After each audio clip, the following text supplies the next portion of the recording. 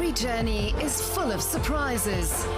We've gone all out to give you some tips. One day in Vienna, following the footsteps of the great Beethoven.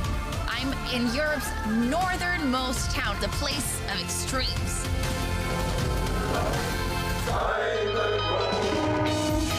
Great times, long past, but still very much alive. DW Travel, your guide to the special hotspots in Germany, Europe, and the world. Do you recognize where exactly I am? It was fun, and I have learned a lot. Arts, culture, history, all there. DW Travel. Extremely worth a visit.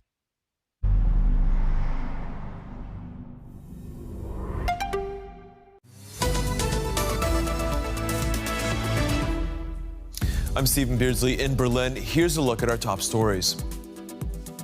The economic toll of Monday's earthquake begins to emerge in Turkey and Syria. Getting aid where it's needed most could be difficult. Employees' pain is investors' gain. Shares in Disney initially hit recent highs after it announced new job cuts. And Russia's banks have fared surprisingly well against Western sanctions, but they'll need new strategies as the war continues. We'll hear from an expert. Welcome to our show. Rescue efforts in Turkey and Syria are continuing after Monday's devastating earthquake, even as hopes are fading that there are still many survivors to be found in the rubble. Now, promises of economic aid are meanwhile pouring in. The need is clear. Countless victims are now homeless. The scale of aid is meanwhile unclear. How the money will get to where it's needed is also an open question. First aid has arrived in Turkey from all over the world, but not enough by far in the long run. According to the World Health Organization, up to 23 million people are affected by the earthquake. They will need new accommodations. One of the biggest challenges is building enough housing within a short period of time. It's difficult to estimate the cost of the damage. Experts refer to earlier examples like the 1999 earthquake in the Istanbul area. That earthquake was creating costs of around 20 billion US dollars. Now, this earthquake has a much larger scale in terms of spatial ranges, cities affected, so the costs are very likely to be much higher. In Syria, the situation is even more complicated. Access to humanitarian aid is not directly affected by sanctions against a country, but if there are private companies involved in providing aid, then because of the uncertainty whether they are allowed or not to support people in the country, there's a huge reluctance in the private sector. This can be circumvented if governments just overtake the logistical issue. The United Arab Emirates says it will provide nearly $50 million to Syria. China is sending $4 million to the government there. And Germany is increasing its donation to charities working in the country by $1.1 million. The political situation in the country could complicate access to aid. Syria has been suffering from a civil war between the government and rebel groups for 12 years now. Many borders to neighboring countries are closed. Humanitarian aid can only be delivered over certain designated border checkpoints. Syria's President Bashar al-Assad could use a humanitarian cause to try and loosen economic sanctions on his regime in return for opening up more borders. Let's go now to some of the other global business stories making headlines. Toyota says its third quarter profit fell 8% to $5.2 billion. But the Japanese company is keeping its full-year forecasts unchanged as the cheaper yen helps offset soaring material prices. Toyota retained its title as the world's top-selling car maker over Volkswagen last year, despite industry-wide production setbacks caused by chip shortages. South Korea's antitrust regulator has imposed a combined fine of 31 million euros on 3 German car manufacturers for using diesel emissions cheating software. The regulator said that Volkswagen, BMW, and Mercedes colluded to reduce competition and restrict consumer choice. The fine was smaller than expected. India's central bank governor, Shakti Kanta Das, says the lender is raising its benchmark interest by 25 basis points to 6.5%. That's the 6th increase since May, when it stood at 4%. It's also the smallest, but Das said he was keeping the door open for further tightening. Disney shares initially hit a 5-month high after the company announced it would cut 7,000 jobs worldwide and slash costs by $5.5 billion. Disney says it will spend less on producing films and series following similar announcements by Warner Brothers Discovery and Netflix. Let's go over to Jens Korda in New York. Jens, big announcement by Disney, cost cutting, job cutting, and yet the share price then goes up to this recent high. How do we explain this? Yeah, well, Stephen, sometimes investors on Wall Street are simple-minded. So whenever they hear cost cuts, that is seen as a positive. Actually, there had been a pretty aggressive push from some activist shareholders to lower costs, and Disney is doing so. We are talking roughly about $5.5 billion over the next couple of months or so. But then also, if you look at the numbers, they were better than expected, and we had definitely also some areas where Disney was really showing some strength, especially when it comes to the sector parks and experiences. So also cruise ships are part of it. So there was a profit and revenue increase in that section alone by more than 20%. And then also if you look at the streaming business, Disney Plus losing some subscribers, but less than expected. So bottom line, less costs and the numbers a bit better than expected. And that did the trick, at least early on.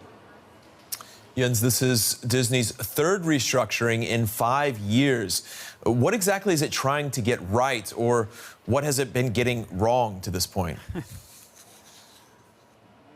Well, I mean, Stephen, it's definitely been quite a ride in the past couple of years. I mean, Bob Iger, the CEO who made Disney what it is today with all those acquisitions with Pixar, with Marvel, with the Lucasfilm studios. I mean, he stepped down when the pandemic started, and Bob Chapek took over. He was quite successful especially in those tough pandemic times, to keep Disney afloat, also making definitely quite some progress with parks recently, but he never got really warm with the creative team. And this is what Bob Iger now wants to change. So he's back at the top of Disney since November of last year. So that is definitely one part where Disney is focusing on, so to let the creative people having more freedom and try to create as much content as possible, and also possibly or hopefully for not too high of a price.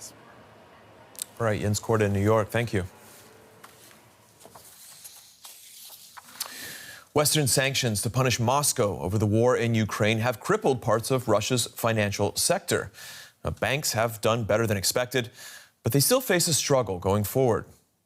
Now, this week, the head of Russia's VTB bank said its losses last year were due entirely to sanctions.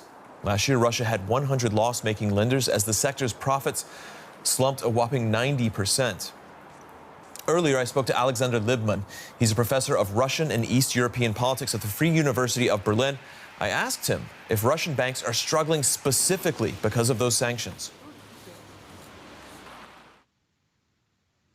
Western sanctions certainly have an impact on the situation of the Russian banks, but I can't say that they're really struggling. Their situation is bad, but actually better than one would expect a year ago. What is that a result of? Should Western sanctions be biting in more firmly? Has the Russian government basically responded more effectively? What are you seeing? I don't think that's an issue of Western sanctions being wrongly designed. I think it's simply objective limits to what sanctions can achieve. Russia had, before the war, very sound public finance and very professional team in the Russian central bank. And if you target such an economy with sanctions, this is quite resilient. And Russian central bank simply made no mistakes, which would lead to worse outcomes. At the same time, we've seen indicators that Russian capital for these banks is sinking over time. It's shrinking. Is that not a problem in the mid to long term? Absolutely. In the mid to long term, we should expect that Russian banks are going to lose more and more international contacts, that potentially even the general trust of the population in the banking system is going to decline. And then banks will come under pressure. But this is indeed something what we're going to observe in the year or even decade-long perspective. As of now, because Russian banks managed the early crisis relatively well, the trust of the population is stable and the financial infrastructure of Russia continues to work. What did the Russian government get correct when sanctions first hit? We saw capital controls going into place early. Was that the right move? That was absolutely the right move, because the first thing Russia had to do at the beginning was to quiet the markets, to make sure that a bank run doesn't happen, that the system functions smoothly. So that was the immediate and very fast solution. Another thing which Russian government made right is that it didn't use some protectionist measures, which at least some groups in Russia suggested. There was no massive confiscation of property, even not that of the Western companies. There were only very limited interventions in the market process, and primarily in form of increasing public expenditures, for example, for wartime production. So essentially, the Russian government let the market work, and markets adapt. We saw lately that Russia has tried to, or made efforts to link its banking system to some extent with Iran, for example. We're still not exactly clear on the extent of that connection, but would such efforts really help it when we look at that mid to long-term challenge of shrinking capital? I don't think that this effort will really help it. I think what will happen is that Russian companies will find different channels of doing export and import, which will be less transparent and which allow them to receive necessary payments for their goods or to pay for the goods they buy. But it will not be associated with the traditional, so to say, development of the banking system and its connections to other countries. Here, quite frankly, I see the Russian financial system moving towards greater and greater isolation over time. All right, that's Alexander Liebman at the Free University of Berlin. Thank you very much. Thank you. And finally, get your wallets out. Sports memorabilia from some of the best-known American athletes is going to auction in New York. The lot is expected to bring in more than $20 million. And one of the prized items is a 1916 baseball card featuring Babe Ruth at the start of his career. The mint condition trading card has been valued at $3 million. A New York Yankees jersey worn by Jolton Joe DiMaggio is also available, valued at nearly $1 million. Signed sneakers worn by four-time basketball MVP player LeBron James, also in that lot, up for grabs. All right, here's a reminder of our top business story. Even as hopes are fading that there are still many survivors in the rubble, promises of economic aid are pouring in after Monday's devastating earthquake in Turkey and Syria. That's our show. You can find out more online, dw.com/business. I'm Stephen Beardsley. Thanks for watching.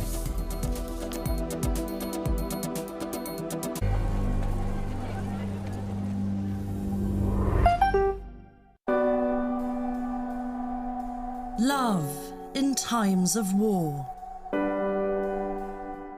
In Ukraine, people are getting married more than ever before.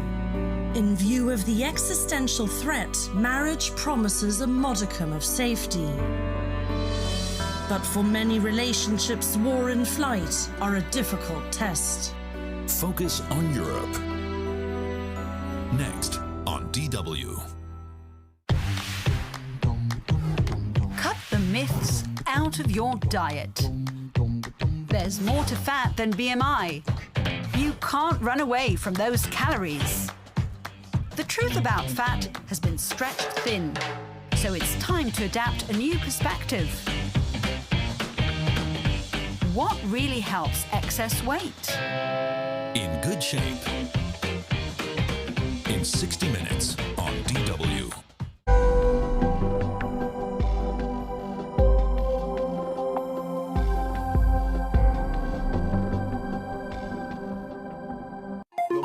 Your greatest asset. Innovative ideas. Something really has to change. Getting ahead using tech. As our documentary series